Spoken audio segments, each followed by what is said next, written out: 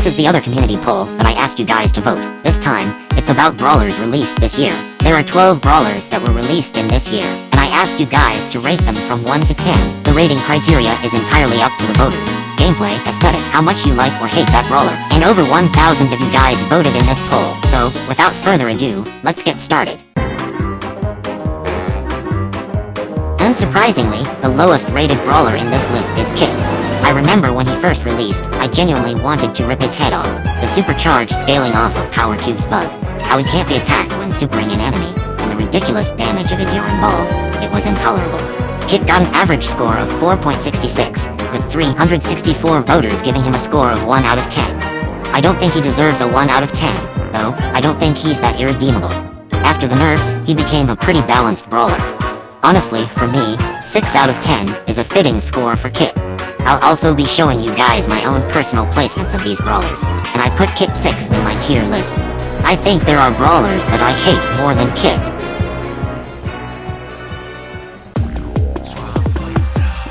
Angilo on release is also broken, but not as broken as Kit.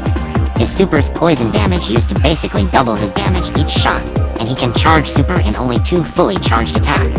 He is also the first sniper, and I think also the first long-range Brawler to have a very fast movement speed. The community gave him a score of 5.44, and for me, I give him a 6 out of 10.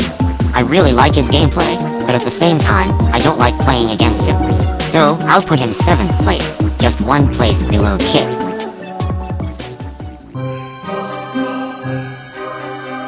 I hate Mo on release more than I hated Kit.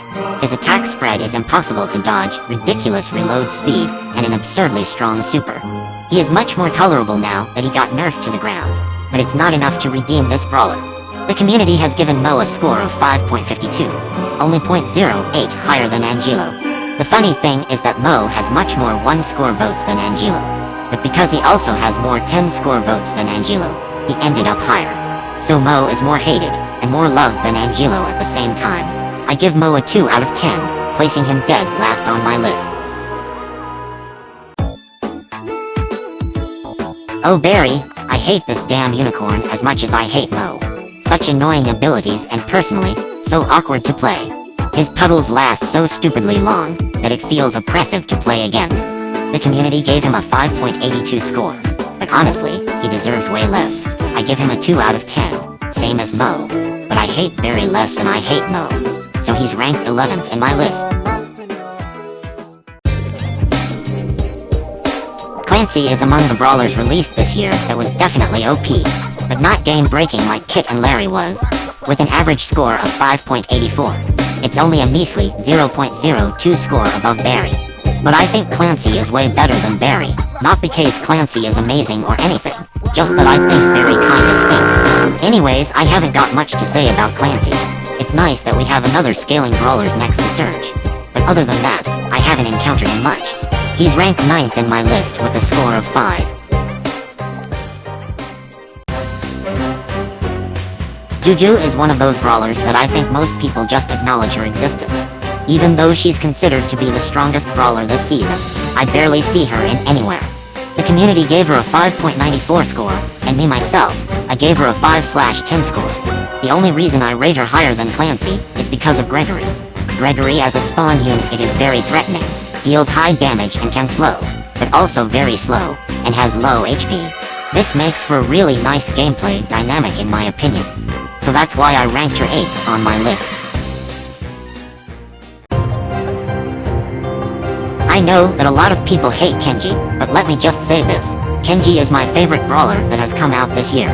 Not the best, but his gameplay just resonates with me. A Brawler with built-in lifesteal, a nice dash and slaws attack, and a very satisfying super. The community gave him a 5.98 score, almost a 6. The votes here are very split, as you can see. The 1 vote and 10 vote is equally higher than others. He is not perfect, of course, so I gave him an 8 out of 10 score, placing him first on my list. Lily getting this high is something I cannot wrap my head around. Her gameplay is incredibly shallow, and she depends way too much on her gadget. And it's not like facing off against her isn't annoying as well.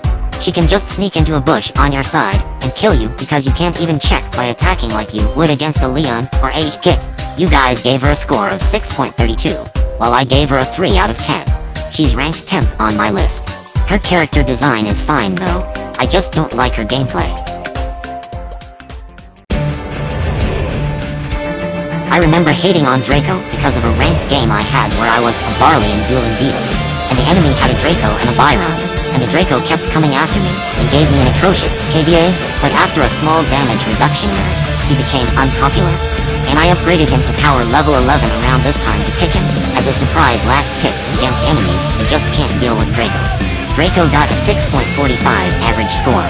While some people might think that the last stand gadget is toxic, I think it's a really potent expression of skill, since it requires intuition and reaction to time it perfectly, which I often fails to do so, whether I clicked it too late, and I clicked it when I didn't actually need to at all. I give Draco an 8/10 rating, ranking him my second favorite brawler of the year, just below Kenji.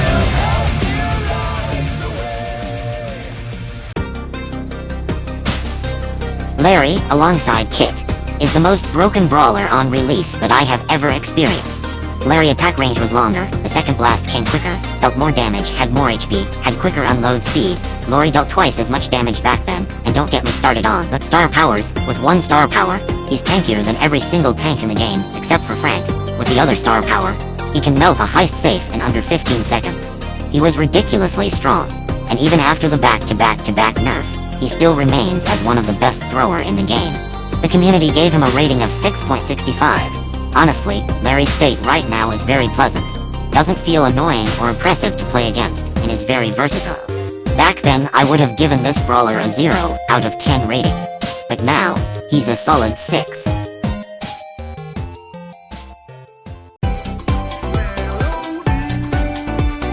Honestly, I had no idea which brawler was going to get first in this video, because I feel like for every new brawler, there's always people hating on it and pointing out its flaws, or just straight up asking for their deletion. Melody on release is definitely incredibly strong, but I wouldn't consider her broken. She got an average of 6.72 score, which is pretty low considering she's the second highest brawler on this list. I gave her a 7/10, just shy of top 3 at 4th place.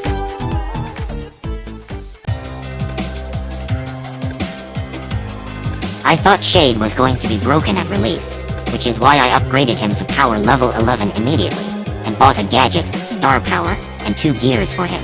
Turns out, he's mediocre. He's only really good at specific maps, especially maps with lots of walls and waters in it. Shade got an average score of 6.92.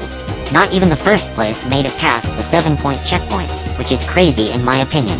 For me, I gave Shade a 7 out of 10 rating. His gameplay is nothing interesting to me, but what sells me about Shade is his design. Easily the best character design of any brawlers this year. An absolute masterclass.